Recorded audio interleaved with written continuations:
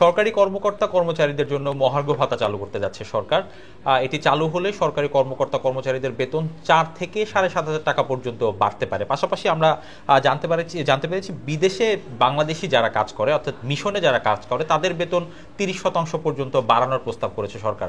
এসব নিয়ে কথা বলবো। সঙ্গে আছেন ইন্ডিপেন্ডেন্ট ডিজিটালের প্রধান বার্তা সম্পাদক তানভীর সোহেল, আমি আছি সুপ্রিয় শিকদার। তানভীর, শুরুতে চলে যাই যে হঠাৎ কেন কর্মকর্তা কর্মচারীদের এসব সুযোগ সুবিধা বাড়াচ্ছে সরকার? হ্যাঁ, এটা বেশ একটা ইন্টারেস্টিং যে আমরা যদি দেখি যে বিগত 15.5 বছর আওয়ামী লীগ সরকার ছিল, তাদের সময় কিন্তু একটি পে কমিশন হয়েছিল। তখন বেশ বেতন বৃদ্ধির হারটা ছিল প্রায় 123% পর্যন্ত। তাদের বেতন, সরকারি কর্মচারীদের বেতন বাড়িয়েছিল। এরপরে কিন্তু আবার একটা পে কমিশনের জন্য নানা দাবি কিন্তু সরকারি কর্মচারীদের পক্ষ থেকে আসছিল, যদিও সেটি ধোপে টেকে নাই বা তারা সেটা কাজটা করে নাই। তারা যেটা করেছিল যে প্রতি বছর যার যার বেসিকের 5% পর্যন্ত ইনক্রিমেন্ট হবে, যেটি নিয়ম অনুযায়ী সেইভাবেই চলছিল। বিশেষ প্রণোদনা বলতে যেটা না, আমরা এটা ইনক্রিমেন্ট, বাৎসরিক ইনক্রিমেন্ট হিসেবে তাদের এটা করা হতো। তো এর মধ্যেই হঠাৎ করে আসলে একটা বিপ্লবের পর বা গণঅভ্যুত্থানের পর যদি আমরা বলি যে একটা সরকার আসলো, কিন্তু সরকার এসে কেন সরকারি কর্মচারীদের বেতন ভাতার প্রতি এত আগ্রহ তৈরি হলো তাদের? এবং আপনি জানেন যে আমরা যদি শুরুতে বলি যে মহার্ঘ ভাতার কথা, যে প্রথম ঘোষণাটা আসছে, সেটি যখন বাস্তবায়ন করতে হবে তখন সরকারের প্রতি বছর কিন্তু 7,000 কোটি টাকা অতিরিক্ত খরচ হবে। পাশাপাশি আপনি যেটি বললেন যে বিদেশি মিশনগুলোতে তাদের ভাতা, তাদের আসলে বেতন বাড়ানোর বিষয় না, বেতন একই সঙ্গেই বেড়ে যাবে, মহার্ঘ ভাতার সঙ্গেই তাদের বেতন বাড়বে। কিন্তু এর পরেও যে এক ধরনের বিদেশে চাকরি করতে হলে তাদের খরচটা বেশি থাকে, বাংলাদেশের থেকে তাদের খরচ বৃদ্ধি হয়। তো এই জন্য এক ধরনের ভাতা দেওয়া হয় তাদেরকে। সেই ভাতার পেছনে কিন্তু আমাদের এখনকার যে পরিস্থিতি, তাতে এই ভাতাটা দেওয়ার জন্য 165 কোটি টাকা অতিরিক্ত তাদেরকে এই ভাতাটা দেওয়া হয়। তো এখানে যখন আরো 30%, 20 থেকে 30% পর্যন্ত এই ভাতা বাড়বে, তার মানে হচ্ছে আরো প্রায় 40 থেকে 50 কোটি টাকার মতো, 40 কোটি টাকার মতো প্রতি মাসে আবার সরকারের খরচ বাড়বে। তো এর পাশাপাশি যদি আপনি দেখেন যে অনেক রিটায়ারমেন্ট করা কর্মকর্তা, তাদেরকে ফিরিয়ে আনা হয়েছে, তাদেরকে প্রমোশন দেওয়া হয়েছে। প্রমোশন দেওয়ার কারণে কিন্তু স্বাভাবিকভাবেই তারা যে অর্থনৈতিক সুবিধাগুলো পাবেন, অর্থাৎ পেনশনে যাওয়ার কারণে সুযোগ সুবিধা পাবেন, অন্যান্য যে সুযোগ সুবিধা, সেটিও একটা বড় অঙ্কের টাকা তৈরি হবে। অর্থাৎ এই সরকারটা কেন মানে সরকারি কর্মচারীদের নিয়ে এত ব্যস্ত হয়ে আসলো, সেটি আসলে এক ধরনের মানুষের মধ্যে এক ধরনের কৌতূহল তৈরি হয়েছে। যে সবসময় বলা হয় যে আমলাতন্ত্র সরকারকে নষ্ট করতেছে, বিভিন্ন সরকারগুলো কি করছে, সরকার কি তাহলে এই সরকার কি একই পথেই হাঁটতেছে কিনা, যে না আমলাদেরকে খুশি রাখলে আমরা আসলে ঠিকমতো দেশ চালাতে পারবো বা তাদেরকে খুশি করাটাই আমাদের মূল কাজ হয়ে যাবে। কিন্তু যদি আমরা গণঅভ্যুত্থানের কথা বলি, ছাত্ররা যেটা বলছে, বিপ্লবের চেতনার কথা বলছে, সেখানে কিন্তু সরকারি কর্মচারীদের কোনো ভূমিকা বা কোনো কিছু কিন্তু অতীতে কখনো কোনো কিছুতেই দেখা যায় নাই। বরং বলা যায় যে এই যে সরকারগুলো বিভিন্ন সময় স্বৈরাচার, ফ্যাসিস্ট আমরা যেগুলো বলি, বা একনায়কতান্ত্রিক যে আচরণ, তারা কিন্তু সব এই সহায়তাগুলো কিন্তু তারা সরকারি কর্মচারীদের কাছে পেয়েছে এবং তারা এগুলো বাস্তবায়ন করছে। সবসময় তারা সরকারকে একটা রাক্ষসে পরিণত হওয়ার মতো অবস্থা তৈরির পেছনে কিন্তু সরকারি কর্মচারীরাই সবসময় কাজ করেছে। তো এটি আপনি যে প্রশ্নটা আসলেন যে আসলে কেন, এর কারণ হচ্ছে যে হ্যাঁ, বেতন ভাতা বাড়াইতেই পারে, এটা কোনো সমস্যা না, দোষের কিছু নাই। কিন্তু যে পরিস্থিতিতে আপনি বেতন ভাতা বাড়াচ্ছেন, তখন আপনার কাছে কিন্তু টাকা নাই। আপনি সরকার টাকা ছাপাচ্ছেন, আপনি টাকার খোঁজে হন্যে হয়ে ঘুরছেন। ঠিক সেই সময় আপনি মানুষের উপরে কর বসায় দিলেন, যেখান থেকে আপনি বলছেন যে 12,000 কোটি টাকা আপনি সেই করের অতিরিক্ত কর যে মানুষ দিবে, সেটা থেকে আপনি এই আয়টা আসবে আপনার। তো সেখানে যদি আপনার 7,000 কোটি টাকা আপনি দিয়ে দেন, বেতন ভাতা বাবদ দেন, নতুন করে অন্য যেটা বৃদ্ধি হলো সেখানের জন্য যদি আরো 500 কোটি টাকা চলে যায়, আদার্স অন্যান্য, তার মানে পুরো সিস্টেমটাই কিন্তু দেখা যাচ্ছে যে যে টাকাটা হবে তা আসলে তাদের পেছনেই চলে যাবে। ফলে সাধারণ মানুষ দুইভাবে ক্ষতিগ্রস্ত হয়। এখানে আমি আপনাকে বলি, যেটি হচ্ছে যে এই যে করের বোঝাটা তার উপরে আসলো, তার জনজীবনে এটা ব্যয় বাড়বে। সেকেন্ড হচ্ছে যখন এই বেতন ভাতাগুলো তাদের বেড়ে যাবে, তখন কিন্তু আরেক দফা জিনিসপত্রের দাম বাড়বে। সেক্ষেত্রে তাদের বেতন ভাতা বাড়ার কারণে তারা হয়তো কেনাকাটায় একটু স্বাচ্ছন্দ্য বোধ করলেও এই যে বৃহৎ অংশ, বাকি যে প্রায় আমরা যদি 17 কোটি মানুষের কথা বলি, তার মানে সরকারি কর্মচারীদের জন্য এই 13 থেকে 21 লাখ সরকারি কর্মচারী আছেন, তাদের ফ্যামিলি হিসেব করলে হয়তো 1 কোটি পরিবার এদের উপর ডিপেন্ডেন্ট, 1 কোটি মানুষ এদের উপরে। বাকি যে 16 কোটি মানুষ, তাদের কিন্তু আবার এক্সট্রা খরচ হবে। ফলে যেটি হচ্ছে যে এই বেতন বাড়ানোর পেছনে আসলে কি লাভ, কি চিন্তা সরকারের, সেটা কিন্তু সরকার আসলে পরিষ্কারই করছে না।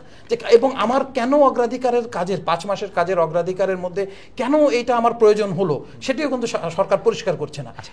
এটি মূলত আসলে মানুষের।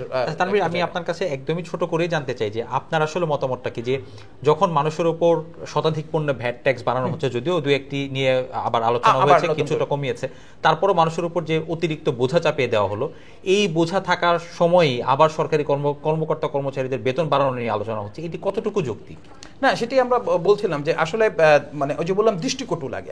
আমরা নিশ্চয়ই যারা চাকরি করেন তাদের সুযোগ সুবিধা বাড়বে, তাতে কোনো সন্দেহ নেই, বাড়া উচিত। আমরা আমাদের সরকারি কর্মচারী যে অনেক বেশি বেতনে চাকরি করেন তা তো আসলে নয়। কিন্তু কথা হচ্ছে যে দেখেন, আপনি এই 5 আগস্টের ঘটনার পর যদি বলেন বহু মানুষ চাকরি হারাচ্ছে, আপনি দেখেন সড়কে মানুষ নেমে যাচ্ছে তাদের কারখানা খুলে দেওয়ার দাবিতে, অর্থাৎ কারখানাগুলো বন্ধ হয়ে আসতেছে, প্রচুর মানুষ বেকার হয়েছে। এটা কিন্তু কোনো মানে এর জন্য স্ট্যাটিস্টিক লাগবে, পরিসংখ্যান লাগবে, বিষয়টা তা নয়। তো একদিকে আপনি মানুষ চাকরি হারাচ্ছে, আপনি বিদেশি বিনিয়োগ দেখেন 71% পর্যন্ত কমেছে। হ্যাঁ, দেশের ভেতরে যারা, তারা কিন্তু অনেকটা শেকি যে আমি একটা নতুন ইনভেস্টমেন্টে যাব বা আমি একটা নতুন প্রতিষ্ঠান করব, এটা কিন্তু তারা করছেন না। কারণ এটা হচ্ছে যে তারা টাকাটা নিজের কাছে রাখছেন। ফলে একদিকে মানুষের হাতে টাকা যাচ্ছে না, অন্যদিকে আপনি মানুষের কাছ থেকে টাকা নিচ্ছেন এবং একটা সরকারি সুযোগ সুবিধাটা বাড়াচ্ছেন। এবং এই সরকারের কোনো দায় নাই সরকারি কর্মকর্তা কর্মচারীদের বেতন বাড়ানো, তাদের সুযোগ সুবিধা বাড়ানোর কোনো দায়, কোনো ম্যান্ডেট তাদের কাছে ছিল না। কোনো মানে আমি বলবো যে তারা মানুষের কাছে এই ওয়াদা দিয়েও তারা এইখানে আসে নাই। তারা কিন্তু আসছে যে অভ্যুত্থানের কারণে মানুষের মৌলিক অধিকারগুলো করার জন্য, বাক স্বাধীনতার প্রসঙ্গগুলো আসবে, মানুষ অর্থনৈতিকভাবে আর একটু ভালো অবস্থায় আসবে, এই বিষয়গুলোই কিন্তু মানুষ তখন মূলত, আপনার যদি আমরা মোটা দাগে বলি যে শেখ হাসিনা সরকারের উপরে ক্ষোভের জায়গাটা ছিল এই ব্যাংক খাতগুলো ধ্বংস হয়ে গেছিল।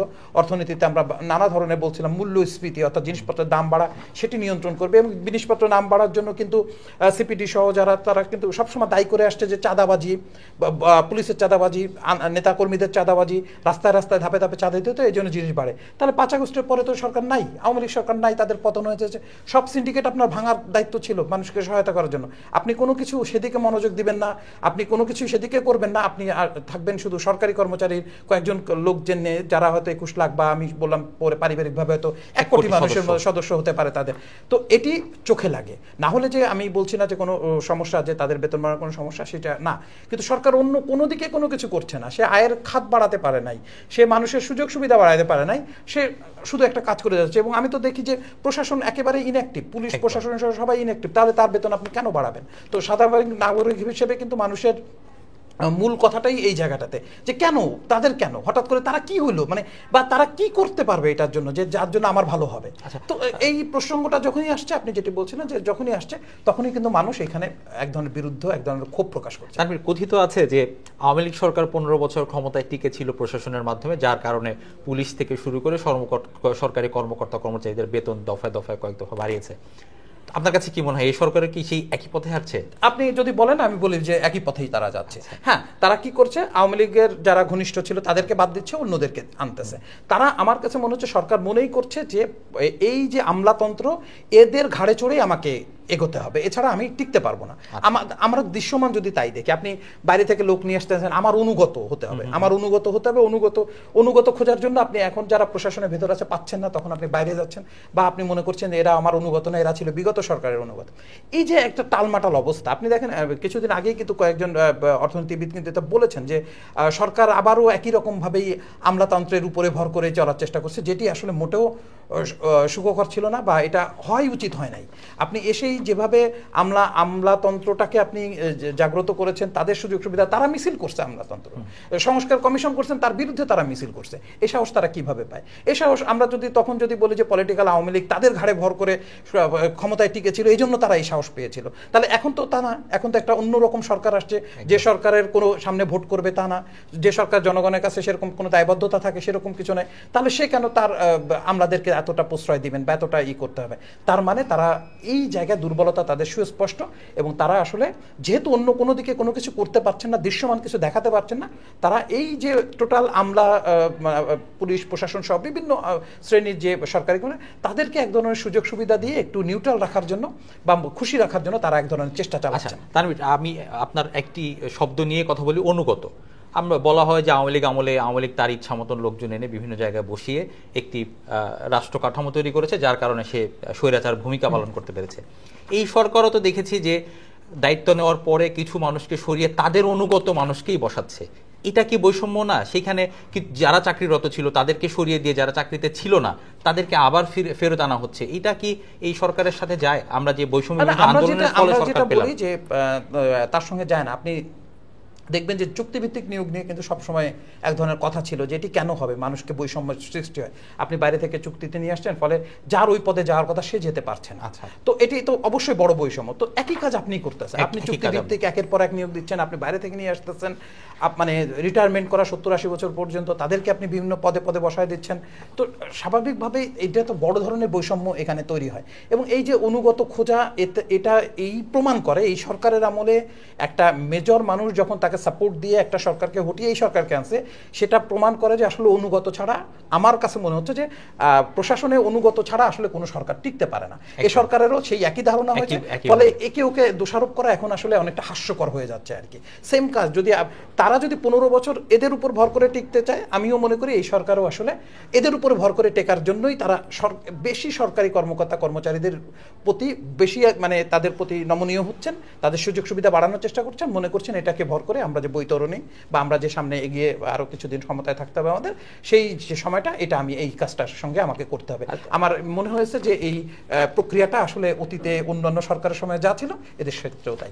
তানভীর, এখন যদি নির্বাচন হয়, ধরে নিয়ে নির্বাচন হচ্ছে আমাদের অন্তর্বর্তী সরকারের অধীনে, বিএনপি যদি ক্ষমতায় আসে তাহলে বিএনপি আবার এই কিছু প্রশাসনের রদবদল করবে, যেটা আমাদের রাজনৈতিক ধারায় চলে আসছে। তাহলে যারা সরকারি চাকরি করছে, যারা প্রশাসনে আছে, তারা কিভাবে তাদের জায়গাটা শক্ত করবে বলে মনে হয়? না, কিছু হলেই তাদের বদল করে দেওয়া হচ্ছে, রাজনৈতিক আদর্শের কারণে হলো কিংবা অনুগত হচ্ছে, এই সব কারণে বিবেচনা তাদেরকে সরিয়ে দেওয়া হচ্ছে। এটা মানে কেন, কিভাবে সম্ভব এটা রোধ করা? আসলে এটা রোধ করার দৃশ্যমান যদি আমি বলি তাহলে আসলে দেখা যাচ্ছে যে রোধ করাটা যাচ্ছে না। এর জন্য যে শুধু আমি বলবো যে সরকার দায়ী তা কিন্তু না। মানে হচ্ছে যে যদি এরপরে আমরা নির্বাচনের মাধ্যমে একটি সরকার আসে, আমরা স্বাভাবিকভাবে ধরে নিতে পারি বিএনপি ক্ষমতায় আসবে। তো বিএনপি যদি ক্ষমতায় আসে, সে অবশ্যই তার প্রশাসন চালানোর জন্য তার পছন্দের কিছু লোককে সে আনবে, এবং এই আনা নেওয়াটা ভেতরে ভেতরে কিছু কিছু ক্ষেত্রে থাকে। কিন্তু যে প্রবলেমটা তৈরি হয়েছে, যে আপনি জানেন যে আপনি দেখবেন পৃথিবীর আমেরিকার কথা যদি বলি, ইউরোপের অনেক জায়গায় কথা বলি, মূল ব্যক্তিদের কিন্তু তার অনুগত লোকই আনে, তার পছন্দের লোককেই সে বসানো হয়। আমি ধরলাম যে সেখানে কিছু বসলো বা বসবে, কিন্তু সমস্যাটা যেটা হয়েছে সেটা আসলে প্রশাসনে যারা চাকরি করে, পুলিশ প্রশাসন সব মহলে, তাদের অতিরিক্ত লোভ, ক্ষমতার কাছাকাছি থাকা, প্রচুর সম্পদ আহরণ করা, এই যে চেষ্টাগুলোর কারণে মূলত তারা তাদের অনুগত হয়ে যান। হ্যাঁ, তাদের এক ধরনের মানে অন্যায় সিদ্ধান্ত, অন্যায় কাজগুলোকে তারা প্রশ্রয় দেন। কারণ আপনি দেখবেন যে ডিসি নিয়োগ নিয়ে কি হচ্ছে, একটা DC, deputy commissioner, deputy secretary পদ আর কি, সেই পদের ডিসি হতে হবে, ডিসি হওয়ার জন্য ঘুষের একটা বিরাট চলে যায়। এসপি হতে হবে, তখন তাদের এই কথা, অন্যান্য বিভিন্ন জায়গায় ডিজি হওয়া বা একটা পদে যাওয়া, একটা জেলায় যে এই যে তাদের লোভটা, এটা কেন, এই যে পদে যাওয়ার যে লোভ, এটা কিন্তু শুধুমাত্র ঘুষ খাওয়া, এছাড়া আর কোনো কারণ নাই। আপনাকে ডিসি না বানায় যদি অন্য একজনের কারণে আপনি ডেপুটি সেক্রেটারি, আপনি আর একটা পদ দিল, আপনি এত লাফালাফি কেন করেন? আপনাকে অন্য জায়গায় যখন আপনাকে বদলি করে, আপনি বলেন আমাকে ভালো বদলি করা নেই। ভালো বদলি মানে কি? প্রশাসনে ভালো বদলি মানে হচ্ছে যেখানে ঘুষ বেশি সেটা হচ্ছে ভালো পোস্ট, যেটা যেখানে ঘুষ নেই সেটা হচ্ছে খারাপ পোস্ট। এটি হচ্ছে বেসিক, 80% ক্ষেত্রে এটি ধারণা। বাকি হয়তো কিছু কিছু পদ থাকতে পারে সম্মানের জন্য বা ইসের জন্য, সেটা অন্য ব্যাপার। তো এই প্রসঙ্গগুলো আসছে এবং এটা তো চলছে সঙ্গে। তাহলে যখনই অন্য, আমরা কিন্তু গণমাধ্যমে এরকম লিখি, আপনি দেখবেন যে তাকে কম গুরুত্বপূর্ণ পদে, ভালো অফিসার কম গুরুত্বপূর্ণ পদে দিয়েছে। গুরুত্বপূর্ণ পদ মানে কি, যে পদ সেটাই গুরুত্বপূর্ণ। তাকে এখন আপনি এই যে জিনিসগুলো আমরা তুলে আনছি, তাদের মধ্য থেকে তুলে আনছে, তাদের ক্ষমতা, তাদের ঘুষের দেওয়া, তাদের পাওয়ার প্র্যাকটিস করার সুযোগ দেওয়া, এটাকে আমরা মনে করতেছি গুরুত্বপূর্ণ। এবং আমরা যারা চাকরি করছে, মানে যারা সরকারি চাকরি করছে, তারাও এটাকে এনজয় করছে। হ্যাঁ, যে আমি পাইলাম, আমি একটা চেয়ার পাইলাম, এরকম একটা ইসের মধ্যে অমকে তমকে ভাব। স্যার না বললে তারা খেপে যাচ্ছেন। এই যে দিনে দিনে একটা মানে ভয়ঙ্কর একটা সিস্টেম চালু হয়ে গেছে, এটার জন্য যে শুধু আমি বিগত সরকারকে দায়ী করব বা এই সরকারকে দায়ী করবো তা না, আরও আগের থেকে এটা হচ্ছে। এই সিস্টেম ভাঙতে হবে এবং যারা চাকরি করেন তাদের একটু আত্মসম্মান থাকতে হবে। এই দুটো যদি না থাকে, আত্মসম্মান বোধ যদি না থাকে, তাহলে এটা হবেই, এটা চলতেই থাকবে। এটা তাদের দিক থেকে সমস্যা তৈরি হচ্ছে, প্লাস হচ্ছে সরকার তো তার সুযোগ নিবেই। কারণ পলিটিক্যাল গভর্নমেন্ট আসা অল্প সময়ের জন্য, 5 বছরের জন্য। একজন সরকারি কর্মচারী চাকরি করে 30 বছর, 35 বছর, 40 বছর পর্যন্ত তারা চাকরি করেন। তো সে যদি মানে সব সরকারের এই অনুগত হওয়ার চেষ্টা করেন, দাসত্বটা মেনে নেন, দেন, তার নিজের ব্যক্তিত্ব তিনি বিসর্জন দিয়ে দেন, সেখানে তো তারা রাজনীতিবিদরা তো সুযোগ নিবে যে আমি 5 বছরকে যদি একটু লেন্দি করে 10 বছর করতে পারি, খারাপ কি যদি এদেরকে দিয়ে পারে, সেই চেষ্টাটা তারা করে থাকেন। তো এখানে আমার মনে হয় যে সরকারি কর্মচারীদেরকেও প্রফেশনাল হতে হবে। প্রফেশনাল হলে দেখবেন যে আস্তে আস্তে এই পরিস্থিতি ঠিক হবে। সেটা না হলে কিন্তু আসলে সরকার, আমি যদি কাউকে ইউজ করতে পারি তাহলে আমি ব্যবহার করবো, এটা খুব স্বাভাবিক। ধন্যবাদ তানভীর।